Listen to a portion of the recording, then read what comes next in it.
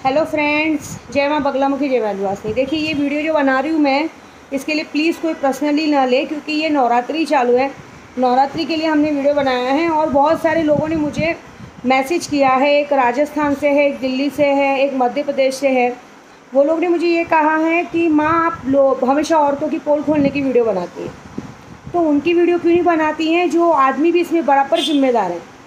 आपको पता है, आप सही, चलो सही है, हम औरतें भी गलत है, लेकिन इसमें बराबर की जिम्मेदार वो आदमी भी तो है ना, पूरी तरीके से। तो मैंने बोला वो भी सही है। तो मैंने बोला आखिर तुम्हारे साथ हुआ क्या है। तो मैं झूठ नहीं बोलूँगी, उन्होंने अपनी खुद की पूरी रिकॉर्डिंग करके भेजी है। मैं वो सब तो डालूंगी नहीं किसी में, लेकिन पहले तो मैं ये बताऊँगी, देखो गुप्त नवरात्रि चालू है। सबसे पहली बात कि हम जो शक्तियाँ सिद्ध करते हैं, शक्तियों से पंगा लेना अच्छी बात नहीं। शक्तियाँ अगर बनाने पे आए तो करोड़पति बना देती, बिगाड़ने पे आए तो रोड़पति बना देती है, पूरी हस्ती मिटा देती, 7 पीढ़ी उनकी सुधरती नहीं है, और सब बहुत अच्छा काम होता है, समझे।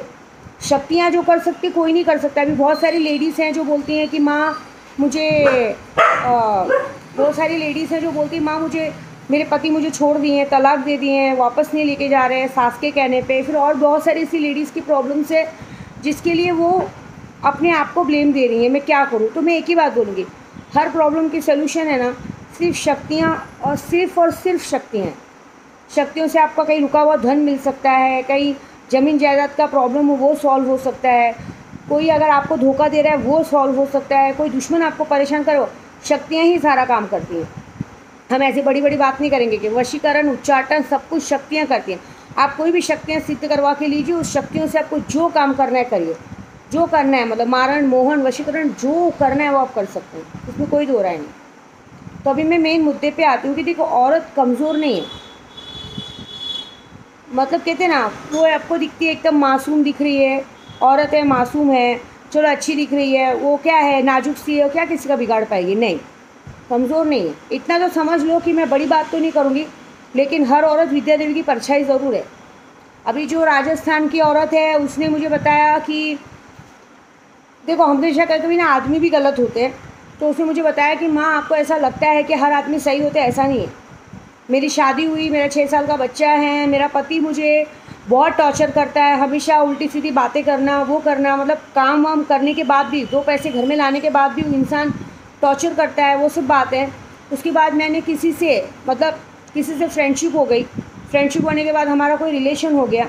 उस रिलेशनशिप में उस आदमी ने मुझे फ्रेंड बन के 8 महीना मतलब दोस्ती में रखा। 8 महीने के बाद हमारा रिलेशन हुआ। तो रिलेशन होने के बाद उस आदमी ने मुझे 2.5-3 साल बहुत यूज़ किया। उसके चक्कर में मेरे पति से मेरा तलाक भी हो गया, सब कुछ किया। उसके बाद उस बंदे ने क्या किया, मुझे इग्नोर करना शुरू किया। इग्नोर करने के बाद उसको जब लगा कि भाई पीछे पड़ने वाली औरत है, तो वो गया, अपनी औरत को ले आया, अपने घर वालों को लेके आया, और बकायदा तो उसके घर पे मतलब झगड़ा किया। ऐसे सेम मध्य प्रदेश का भी कांड है कि मध्य प्रदेश में भी एक लेडीज़ को एक आदमी ने 3 साल यूज़ किया, और उसके बाद उसके घर वालों को लाके उसको मारपीटी करवाई। This is wrong. आदमी की गलती तो आदमी को जिम्मेदारी निभानी पड़ेगी, क्योंकि अभी हम एक ऐसा चीज़ था, देखो बाहर गांव में तो अभी हो गया है कि जो आदमी रेबिस्ट होता है उसको तो सीधा ही उसके लिंग को ही काट के उसको नामर्द बनाया जाता है। लेकिन ये उसकी सज़ा नहीं है, ये नॉर्मल, ये सज़ा ही नहीं है। क्योंकि एक औरत, एक रेबिस्ट से ज़्यादा, एक रेबिस्ट तो एक बार रेप करता है, लेकिन एक इंसान प्यार में धोखा दे के हर रोज़ उसका रेप करता है। सिर्फ कहते हैं ना, एक औरत के साथ शारीरिक संबंध बना के उसको प्रेग्नेंट करना ही मर्दानगी नहीं है। वो कहते हैं ना, एक जन बोलते तुम्हारी गलती थी। एक हाथ से ताली बजती है क्या। एक औरत को तुमने यूज़ किया, हम बिस्तर किया, उसको यूज़ करने के बाद फिर तुम अपने परिवार का ड्रामा करो कि मेरी बीवी है, मेरा बच्चा है, फलाना ढिकाना। तो तब तुम्हारी बीवी बच्चा कहाँ गए थे, झक मारने गए थे जब तुमको जोश चढ़ा था।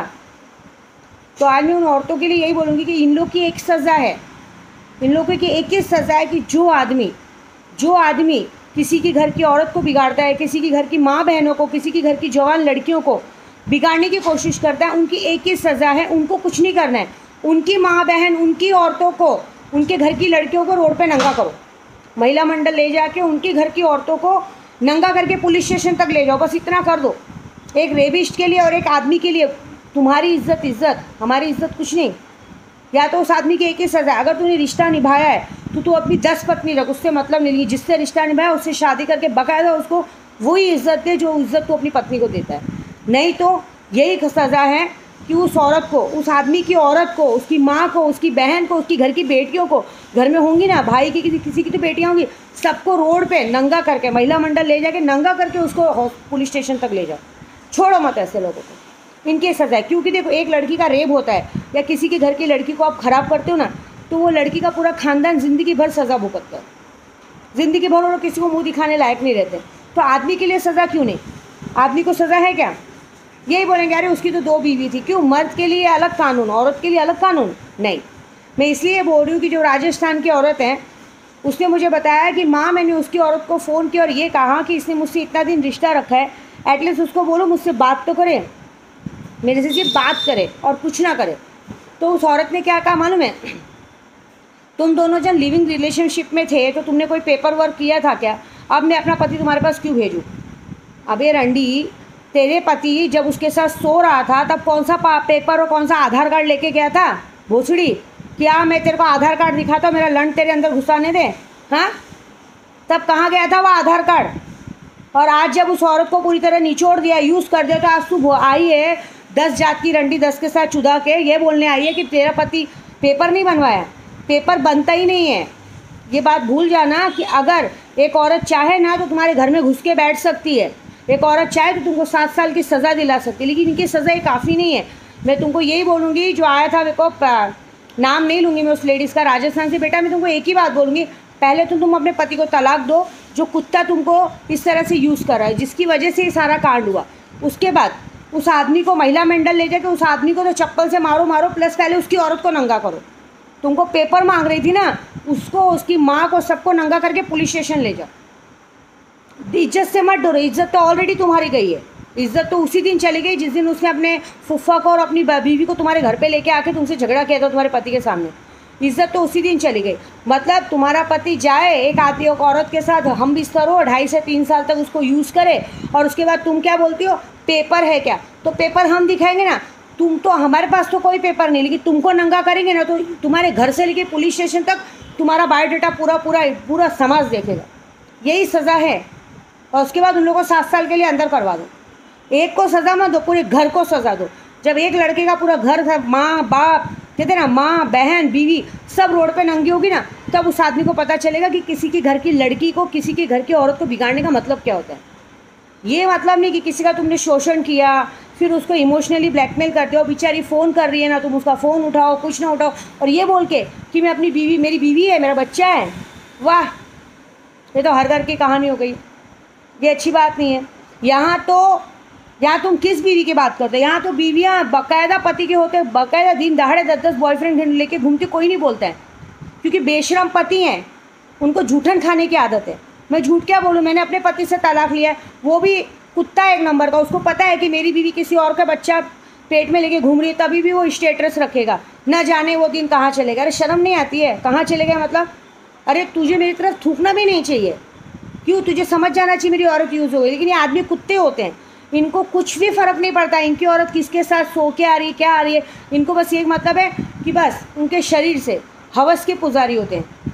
अरे असली मर्द वो होता है ना कि अगर एक बार औरत की गलती थी कि थूक देने का, थूक के चाटे ही नहीं, ऐसा उसको मर्द कहते हैं। जो थूक के चाटता है उसको कुत्ता कहते हैं हमारी नज़र में।